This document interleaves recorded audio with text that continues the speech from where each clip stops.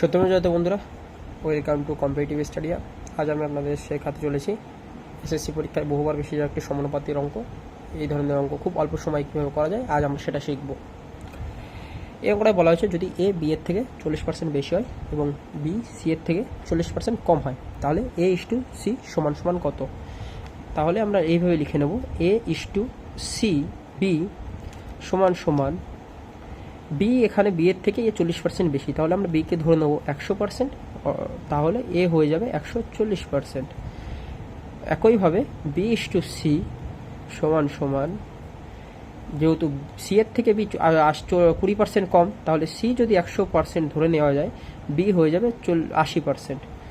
তাহলে আমরা দ গুণ করে দেবো এইভাবে, দ গুণ করলে A is to B is to C হয়ে যাবে 11,200, 8,000, 140-এর সাথে 80 গুণ করে 11,200, 80-র সাথে 100 গুণ করে 8,000 এবং 100 গুণ 100 10,000। দুটো করে শূন্য কেটে দেওয়া হলো এবং 4 দিয়ে যদি কেটে দেওয়া হয়, এটা হয়ে গেল 28, এটা হয়ে যাবে 20 এবং এটা হয়ে যাবে 25। অতএব আমাদের আকাঙ্ক্ষিত উত্তর এ ইস টু সি সমান সমান হয়ে যাবে 28:25। অঙ্কটি ঠিক পছন্দ হলে চ্যানেলটিকে সাবস্ক্রাইব, লাইক এবং কমেন্ট করুন এবং শেয়ার করুন।